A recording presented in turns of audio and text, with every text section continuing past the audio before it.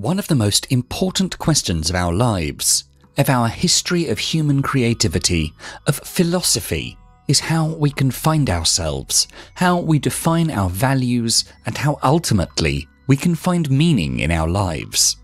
In order to answer such questions, we dive deep into the philosophy of Friedrich Nietzsche, who is considered one of the greatest thinkers of all time and a precursor of existentialism. He was famously known for his unconventional ideas about morality and religion, and in spite of his controversial work, he proved to be a very deep thinker, showing great insights into the true nature of human psychology, writing guidelines relating to how individuals can shape their future by taking responsibility for who they are. Nietzsche wrote several books, and his teachings have shaped the lives of many people, from psychologists to poets, dancers to social revolutionaries. According to Nietzsche, finding yourself is one of the most fundamental endeavors of your life. And so, here are 4 steps inspired by the philosophy of Friedrich Nietzsche, which you can take from to help you get closer to finding yourself and becoming who you truly want to become. Number 1. Don't follow the herd mentality. Nietzsche says, "What we've called universal values, what we've called truth, has always only ever been the personal expressions of those who promoted them." Nietzsche believed a rigid societal code creates what he called the herd mentality. Like a herd of animals, a herd mentality aims towards sameness, comfort, and the preservation of its population. Similarly, the moral code of society has been fabricated by other individuals and then imposed on other people, so that society can have control over human behavior. Although that can protect us from certain extreme human behaviors, it also limits our individuality and creativity. Not only that, but the strict dogmatic judgment of human behavior can even make some individuals more rebellious, resulting in extreme antisocial attitudes and, even worse, actions. If these dictatorial boundaries and rules become tyrannical and unreasonably harsh, the rebellious response can often be equally harsh. If the moral code of society is flexible enough, then the people who have opposing views don't have to be particularly forceful to make the change that they want to see in the world. In real life, more often than not, it's the case that morality is preached in a very strict way. It is not only that the societal, religious, and educational structures present it that way, it's also the attitude of the majority of people that don't want to stand out from the group in fear of being rejected. Therefore, every person that stands out too much, according to representatives of these groups, is someone that seems terrifying and dangerous. It is a well-known fact that people are afraid of the unknown, and that is perfectly mirrored in this dynamic. This can be seen in our everyday lives, whether it's the Middle Ages or the modern-day world. This dynamic is always present. Whether it's Galileo being killed for thinking outside the box, or at school when your classmates ridiculed you or some other student for being different and standing out, it's all cut from the same cloth. The herd consists of people that have amputated their creativity, dreams, and goals, and that are feeling insecure and even threatened by everyone that exhibits those qualities. Those people are afraid of change, afraid of admitting to themselves that some of their potential has not been fully realized.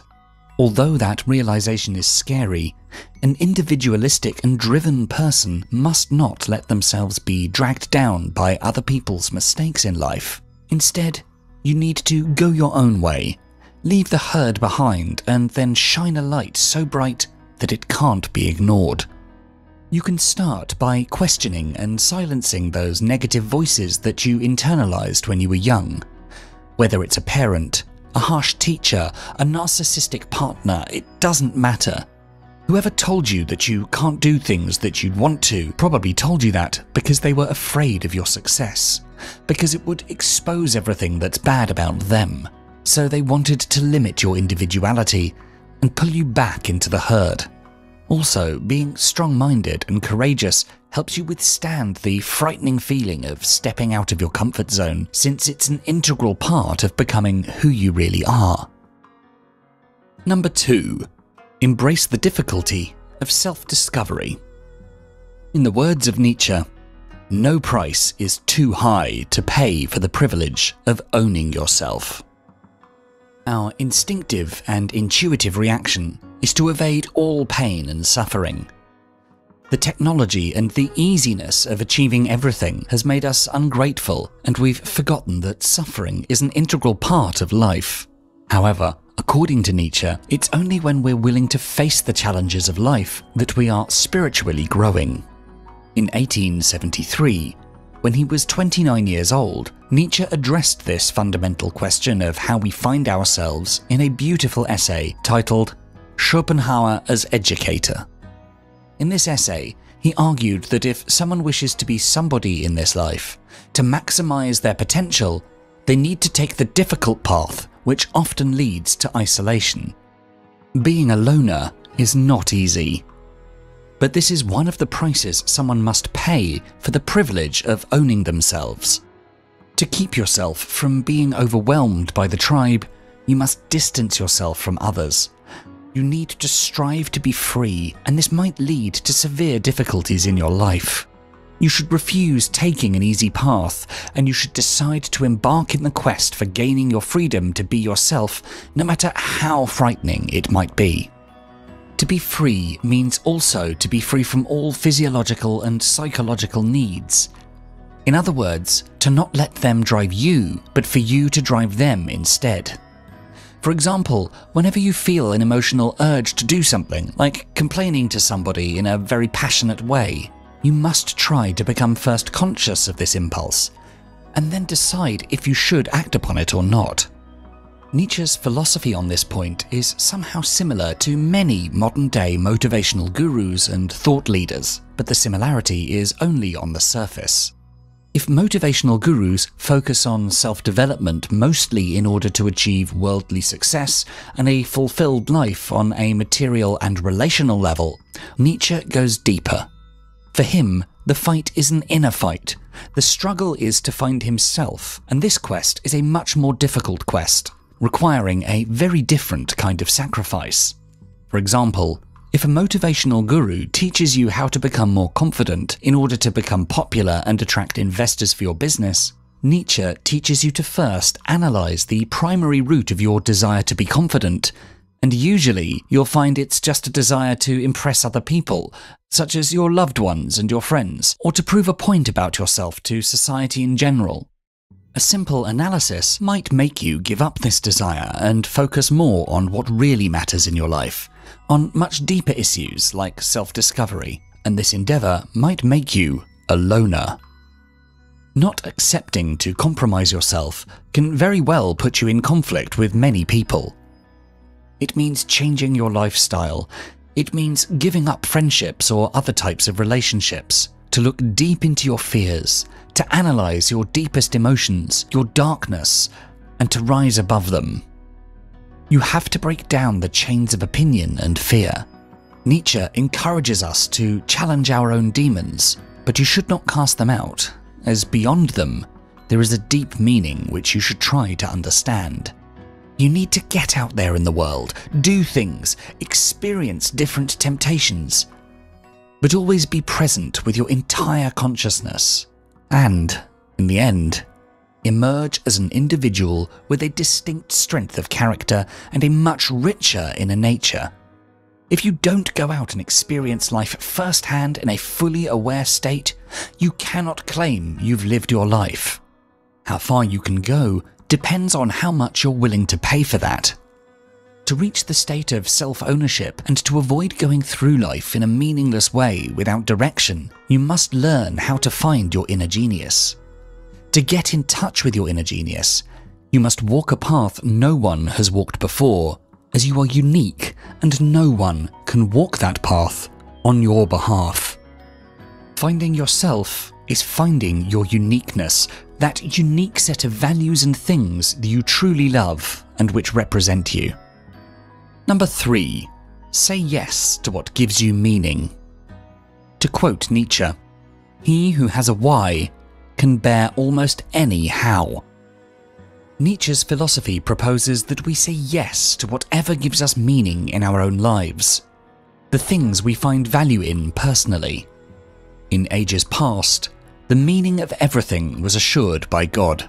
However, according to Nietzsche, in an increasingly secular and scientific society, one can no longer turn to religion to find meaning.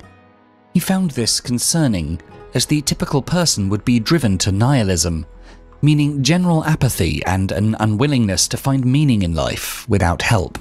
So he offers us 3 solutions that we as individuals can try to use to find meaning in our lives. His first suggestion was to replace religion with philosophy, art, music, literature, theatre, and other parts of the humanities to provide similar benefits. The humanities offer us the ability to contextualize our sufferings, our efforts, and a chance to see our lives as not so different from those around us. They can offer insights into how we might tackle problems we must all face. However, it is important that we see them as a tool for living and not just as an academic study. Reading history not just for the facts, but for what those facts tell us, seeing them as a way to edify yourself, or watching tragic plays to see and comprehend the beauty in sad events, not just the entertainment. If humanities don't interest you, then Nietzsche suggests a second option of becoming an Übermensch. The Übermensch is a superhuman that creates his own meaning and values without reference to outside influences. Such an individual can overcome the problem of the meaning of life by simply inventing his own meaning and taking full responsibility for it. According to Nietzsche, only a few men came close to being an Übermensch, and they were Julius Caesar, Napoleon Bonaparte, the Buddha, and Goethe. For us humans, we can hope to find some meaning in looking inward and evaluating what things we really value and what things we only say we like because society tells us so. Nietzsche sees the psychological evolution of humanity as an ever-advancing story, and one which we should take part in. If becoming a superhuman isn't something you value, then Nietzsche suggests another method to find meaning, which is loving your life, no matter what it has in it. Amor fati, the lover of fate, is one of Nietzsche's most interesting ideas, and one which can offer us a great deal of solace when we most need it. To love your fate is to know that everything that has happened in your life, the good, the bad, and indeed the ugly, has contributed to who you are and what you're doing at this very moment. Trying to create yourself will lead to some failures, but embracing those failures alongside your successes can help re-spark the love of life and can help you see the meaning of it even in the worst moments. Number 4. Find your true values. Nietzsche asks us, what if some day or night a demon were to steal after you into your loneliest loneliness and say to you, this life, as you now live it and have lived it, you will have to live once more and innumerable times more. Would you not throw yourself down and gnash your teeth and curse the demon who spoke thus? Nietzsche believed that we need to create our own values to lift the greatest weight. The greatest weight is a metaphorical situation put forth by Nietzsche, which represents the feeling that crushes you into repeating past mistakes because of the unevaluated values you adopt from your herd. The goal of this concept is to make you ask yourself, is what you're doing truly meaningful, or are you just acting out of what your herd thinks is right? If you think that the things you're doing are worth repeating eternally, that you can be sure you are fully individuated, you will have enough courage and strength to lift the greatest weight. If you don't think that the way you've been living is worth repeating innumerably, chances are you haven't formed your own values, and you are still a slave to your society, and worse yet, a slave to yourself.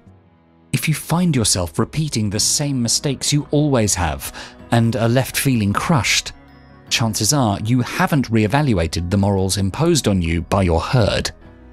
Thus, you are not a fully developed individual yet. Once you re-evaluate your moral landscape, only then the greatest weight can be lifted. How many times have you found yourself turning a blind eye to someone gaslighting you just because you didn't want to confront the person? How many times have you heard your friend or yourself saying, "I always end up in a relationship with the identical person with identical problems"? If you were your own, with your own set of morals, you wouldn't find yourself staying in toxic relationships just because it's the right thing to do. You'd know that it's just you trying to be a good person by society's standards, and that's not worth it. Nietzsche suggests that in every little thing, ask yourself, do you desire this once more and innumerable times over? If the answer is no, then you need to change yourself and re-evaluate your values. Then, and only then, the weight can be lifted. True good lies beyond standard definitions of good and evil. Most of us live our lives in our self-imposed jail. Our jail cells are blandly pre-subscribed by social beliefs that captivate the wildness and individualism of the human spirit. Many of us submit to the comfort of this cage. Nietzsche recognized that we can escape our enclosure of forced beliefs and awaken ourselves to what we value personally. To break free and to create your own values and meaning in life, you have to undergo this transformation. You have to go through this rebellious phase. You need to have the courage to break the chains of tradition, of religion, of society, and perhaps you even have to distance yourself from several people in your life. It doesn't need to be a violent and sudden reaction. It can and should be a smart, calm, but definitive one. You can start with making a list of everything and everyone you think limits your freedom to be yourself. It can be an unfortunate unwritten rule at your workplace. It could be your spouse who always tries to control and correct your behavior, or it may be your friends or your parents who criticize you when you behave in a particular way. Once you've done this, try to think of possible strategies of how to change that situation. Maybe you could have a discussion with your spouse in which you can talk about the issue. Perhaps you talk to your colleagues or supervisors in a meeting at work regarding the problems you're experiencing, how it affects you, and how you would like it to change. Or you could find new friends who can appreciate you better. When you feel overtaken by the greatest weight, you don't need to hide your aspirations, but instead you need to break out from your self-made, herd-based prison and chase after the dreams that give meaning to your life. If you enjoyed this video, please do make sure to check out the full Philosophies for Life channel, and for more videos to help you find success and happiness using ancient philosophical wisdom, don't forget to subscribe. Thanks so much for watching.